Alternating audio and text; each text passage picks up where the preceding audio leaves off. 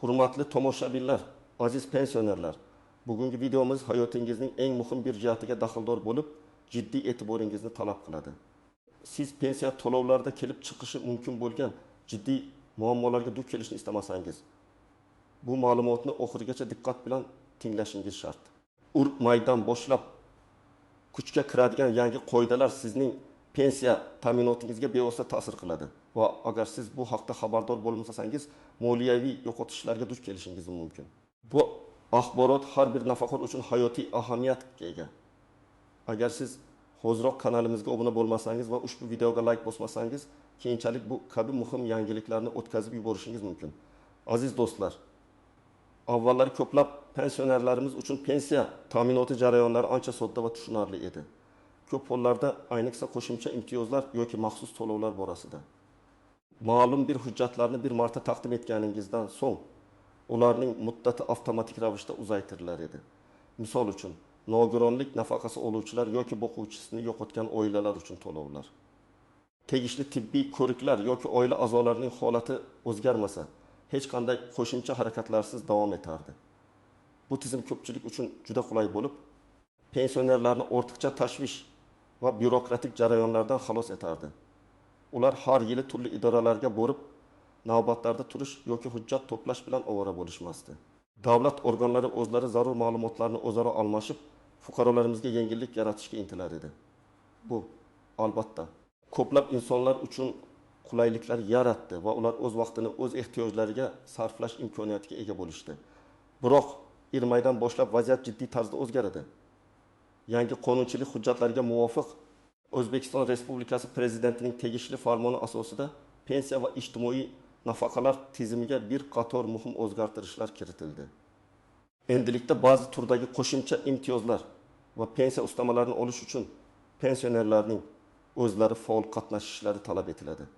Bu shuni anglatadiki, agar siz umumiy pensiyangizdan tashqari qo'shimcha to'lovlar, masalan, boquvchisini yo'qotganlik uchun nafaqa, nogironlik pensiyasiga qo'shimcha mablag'lar yoki qishloq joylarda yashovchi yolg'iz keksalar uchun beriladigan maxsus yordam pullari kabi imtiyozlarni olayotgan bo'lsangiz, endi bu to'lovlar avtomatik ravishda uzaytirilmaydi. Buning o'rniga sizdan ma'lum bir muddat ichida, ya'ni bir maydan keyin tegishli hujjatlarni qayta taqdim etish yoki belgilangan tartibda arza bilan murojaat etish talab qilinadi. Bu o'zgarishlarning asosiy sababi ijtimoiy to'lovlar tizimida shaffoflikni oshirish, mablag'larning aniq manzilga yetib borishini ta'minlash va ayrim hollarda noqonuniy foydalanish holatlarining oldini olishdir. Davlatimiz har bir so'mning o'z egasiga yetib borishini kafolatlashni maqsad qilgan va bu jarayonlarni yanada nazorat qilishga intilmoqda. Shuningdek, bu tizim o'zgarishlar raqamlashtirish jarayonlarining bir qismi bo'lib, kelajakda pensionerlarga yanada qulay va tezkor xizmatlar ko'rsatishga qaratilgan, lekin hozircha ba'zi faol harakatlar talab etiladi. Keling, endi bu o'zgarishlarning batafsil tafsilotlariga to'xtalib o'tamiz. Kimlar aynan bu yangilikdan xavotirda bo'lishi kerak va kimlar uchun hech qanday jiddiy o'zgarishlar kutilmayapti? Bu savollarga aniqlik kiritish juda muhim, chunki xabardorlik sizni ortiqcha muammolardan qutqaradi. Birinchidan, kimlar uchun bu yangilik dolzarb? Agar siz quyidagi toifadagi nafaqaxo'rlar qatoriga kirsangiz, ayniqsa ehtiyot bo'lishingiz va zudlik bilan tegishli choralarni ko'rishingiz shart. Qo'shimcha to'lovlar oluvchilar. Asterisk: agar siz umumiy pensiyangizdan tashqari maxsus qo'shimcha to'lovlar yoki ustamalar, masalan, boquvchisini yo'qotganlik uchun nafaqa, bolalar parvarishi uchun nafaqa, agar siz bolaning vasiysi bo'lsangiz va yoshingiz pensiya yoshida bo'lsa, yoki nogironlik pensiyasiga qo'shimcha mablag'lar olsangiz, sizga e'tiborli bo'lishingizni so'raymiz. Avvallari bu to'lovlar ko'pincha avtomatik ravishda yangilanar edi, lekin endi vaziyat boshqacha. Yangi qoidalar bo'yicha sizdan har yilgi tasdiqlovchi hujjatlarni, masalan, oila a'zolari tarkibi haqidagi ma'lumotnomani, nogironlikni tasdiqlovchi tibbiy xulosa nusxasini yoki vasiylikni tasdiqlovchi hujjatlarni qayta taqdim etish talab qilinishi mumkin. Masalan, 75 yoshli Murodon aka uzoq yillar xizmat qilganligi uchun pensiyasiga qo'shimcha imbeh fondidan ustama olardi. Bu ustama har yil may oyida avtomatik tarzda uzaytirilar edi. Endilikda esa unga ushbu ustamani olishni davom ettirish uchun may oyining oxirigacha pensiya jamg'armasi bo'limiga shaxsan borib, o'zining mehnat stajini tasdiqlovchi hujjatlar nusxalari va shaxsini tasdiqlovchi hujjat bilan birga yangi ariza yozish kerak. Agar u buni o'z vaqtida qilmasa, iyun oyidan boshlab uning pensiyasidagi 15% ustama to'xtatiladi. Bu har oyda uning daromadidan taxminan 200 ming so'mga yaqin mablag'ni yo'qotishiga sabab bo'ladi. Bu juda jiddiy summa. Ayniqsa faqat pensiya hisobidan kun kechiruvchi pensionerlar uchun katta moliyaviy muammo tug'dirishi mumkin. Ikkinchi, muayyan muddatga beriladigan nafaqalar egalari, nogironlik nafaqasi oluvchilar, ayniqsa muddatli nogironlik guruhi belgilangan shaxslar. Bu guruhga kiruvchilar har yil yoki har bir necha yilda tibbiy ko'rikdan o'tib, nogironlik holatini tasdiqlashlari talab etiladi. Misol uchun, har 3 yilda tibbiy ko'rikdan o'tib nogironlik guruhini tasdiqlashi shart bo'lgan 65 yoshli Zuhra xola, uning nogironlik nafaqasi muddati 2024 yil iyun oyida tugaydi. Avvallari unga ko'rikdan o'tish kerakligi haqida ogohlantirish kelardi va u o'z vaqtida tibbiy ko'rikdan o'tib hujjatlarni taqdim etsa kifoya edi. Endi esa irmaydan boshlab bu jarayon biroz o'zgaradi. Uning tibbiy ko'rikdan o'tishi va yangi xulosani pensiya jamg'armasiga shaxsan taqdim etish shart bo'ladi.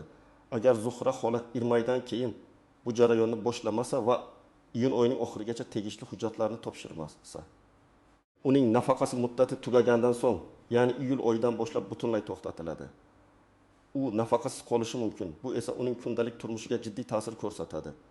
Chunki u nafaqat o'z ehtiyojlarini, balki dori-darmon xarajatlarini shu mablag' hisobidan qoplardi. Bu holatda yangi qoidalar unga nafaqani qayta rasmiylashtirish uchun 3 oylik muddat berishni nazarda tutadi. Lekin shu muddat ichida nafaqa to'lanmaydi. Bu esa Zuhra xolaga ancha moliyaviy qiyinchiliklar tug'dirishi aniq. 3. Yashash joyi o'zgarganlar yoki ma'lumotlari yangilanishi lozim bo'lganlar. Agar sizning doimiy yashash joyingiz o'zgargan bo'lsa yoki pasportingiz yangilangan, familiyangiz o'zgargan bo'lsa, masalan, turmushga chiqqan ayollar uchun bu haqda pensiya jamg'armasiga xabar berishingiz shart. Avvallari bu ma'lumotlar avtomatik tarzda Ichki ishlar vazirligi ma'lumotlar bazasidan olinar edi. Lekin endi ayrim noaniqliklarni bartaraf etish maqsadida pensiya jamg'armasi sizdan shaxsan ma'lumotlaringizni tasdiqlashingizni so'rashi mumkin. Masalan, 70 yoshli Gulnora aya o'tgan yili Toshkent shahridan Farg'ona viloyatiga doimiy yashash uchun ko'chib o'tgan edi. Uning pensiya to'lovlari Toshkentdagi pensiya jamg'armasi orqali amalga oshirilar edi. Yangi tartibga ko'ra, u yangi yashash joyidagi pensiya jamg'armasiga o'zining doimiy propiskasi o'zgarganligi haqidagi ma'lumotni va pasport nusxasini taqdim etishi shart. Agar Gulnor aya bu ma'lumotni bir maydan keyin taqdim etmasa, uning pensiya to'lovlarida uzilishlar yuzaga kelishi mumkin. Chunki pensiya jamg'armasi uning yangi yashash manzilida topa olmasligi yoki ma'lumotlar bazasida xatoliklar yuzaga kelishi mumkin.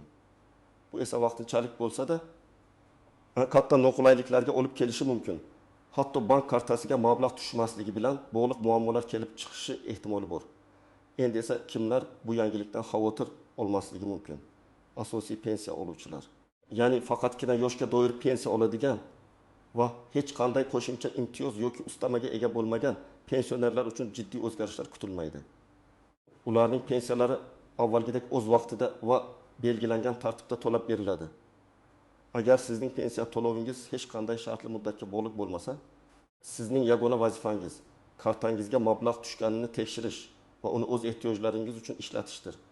Shuningdek, prezidentning tegishli qarorlariga muvofiq pensiyalar indeksatsiyasi va oshirilishi har doim o'z vaqtida amalga oshiriladi va bu jarayon uchun sizdan hech qanday qo'shimcha hujjat talab etilmaydi. Masalan, 82 yoshli Odil aka faqatgina yoshga doir pensiya oladi va hech qanday qo'shimcha ustama yoki imtiyozlardan foydalanmaydi. U uchun irmaydan boshlab pensiya to'lovlarida hech qanday o'zgarish bo'lmaydi. Uning pensiyasi har oy belgilangan sanada bank kartasiga tushishda davom etadi. Uning hech qanday yangi hujjat topshirishi yoki murojaat qilishi shart emas.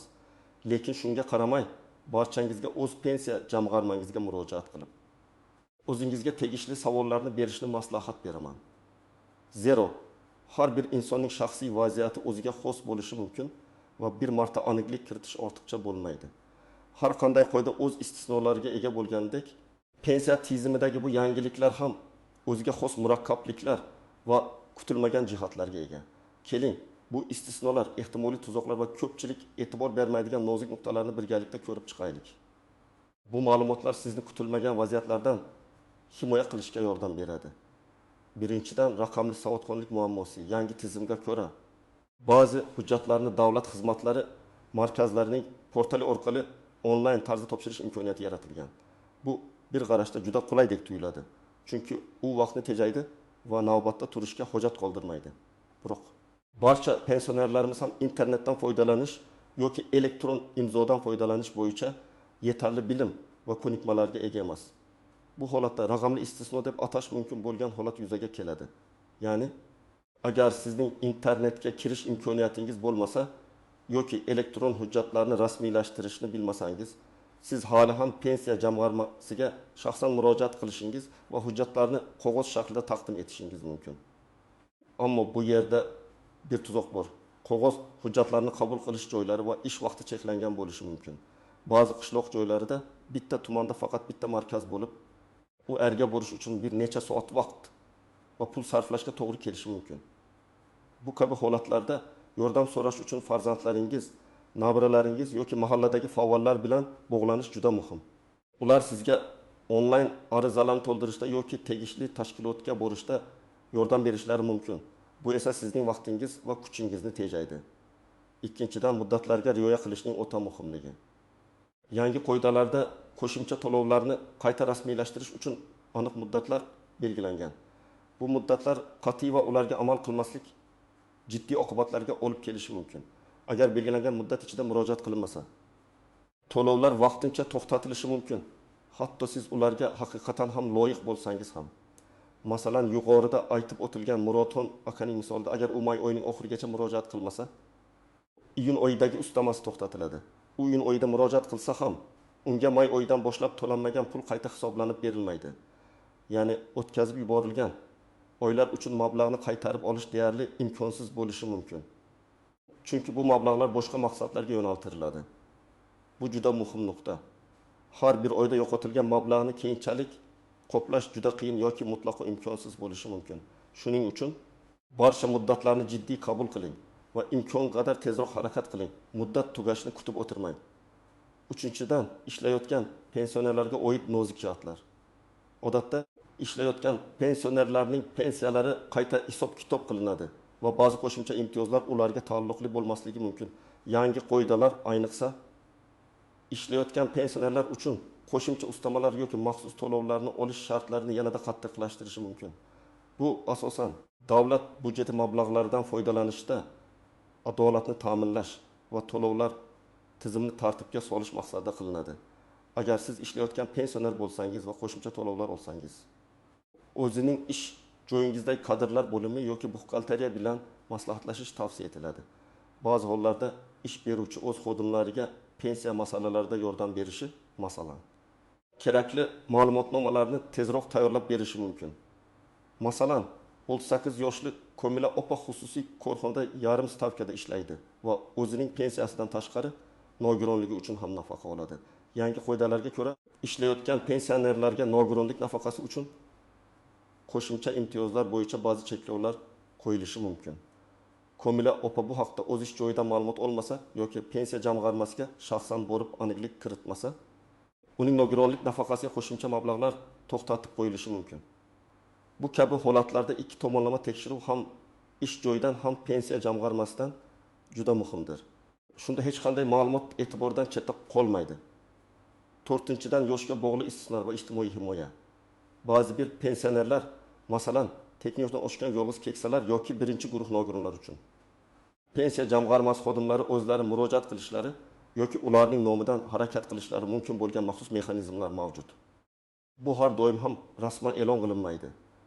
Ammo amaliyotda bunday yordam ko'rsatilishi mumkin. Chunki davlatimiz bunday fuqarolarimizni alohida himoya qilishga intiladi.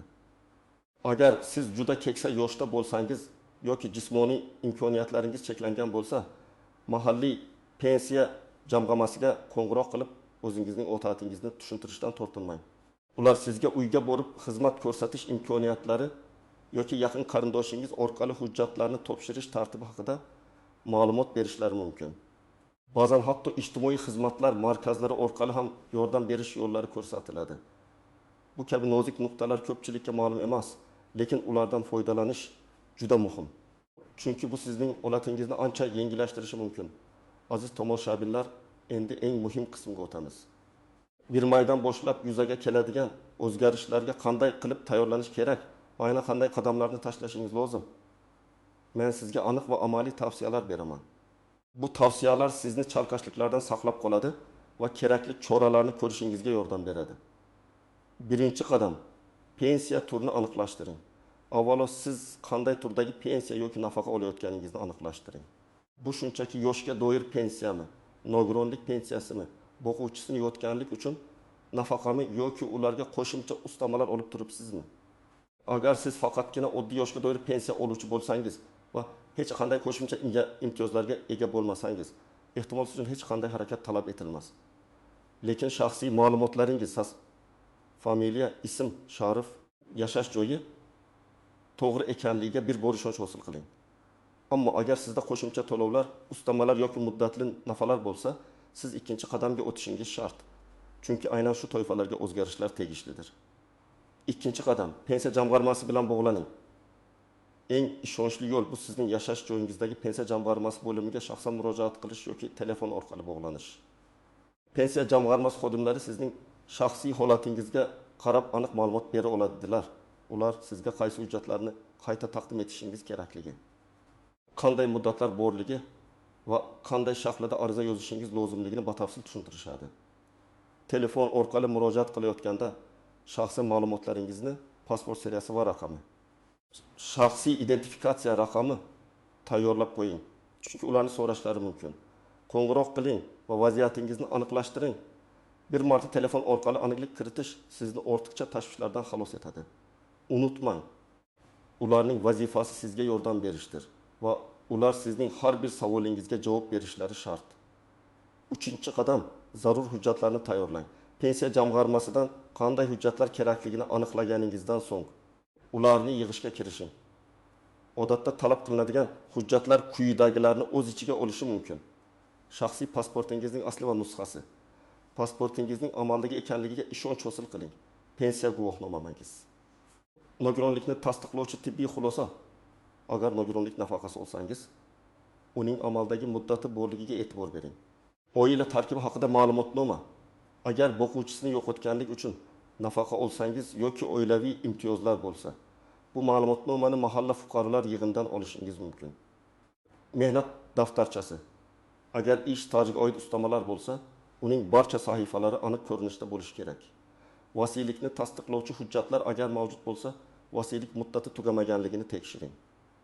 Yashash joyi haqida ma'lumotnoma propiska o'zgargan bo'lsa, har bir hujjatning asli va bir necha nusxasini tayyorlab qo'yishni maslahat beraman. Ba'zi hollarda, masalan, yashash joyi o'zgarganda, mahalliy davlat xizmatlari markazini o'sha yerda yashashni tasdiqlovchi ma'lumotnoma olishingiz ham talab qilinishi mumkin. Barcha hujjatlaringiz tartibli va to'liq bo'lsa, jarayon tezroq kechadi. 4-qadam. Arizani to'g'ri to'ldirish. Pensiya jamg'armasida sizga maxsus ariza blankasi taqdim etiladi. Uni diqqat bilan va xatosiz to'ldirish juda muhim. Chunki hatto kichik xatolar ham hujjatlaringizni qaytarilishiga sabab bo'lishi mumkin. Agar o'zingiz to'ldirishga qiynalsangiz, pensiya jamg'armasi xodimlaridan yordam so'rang. Ular sizga blankani to'ldirishda ko'mak berishga majburdirlar.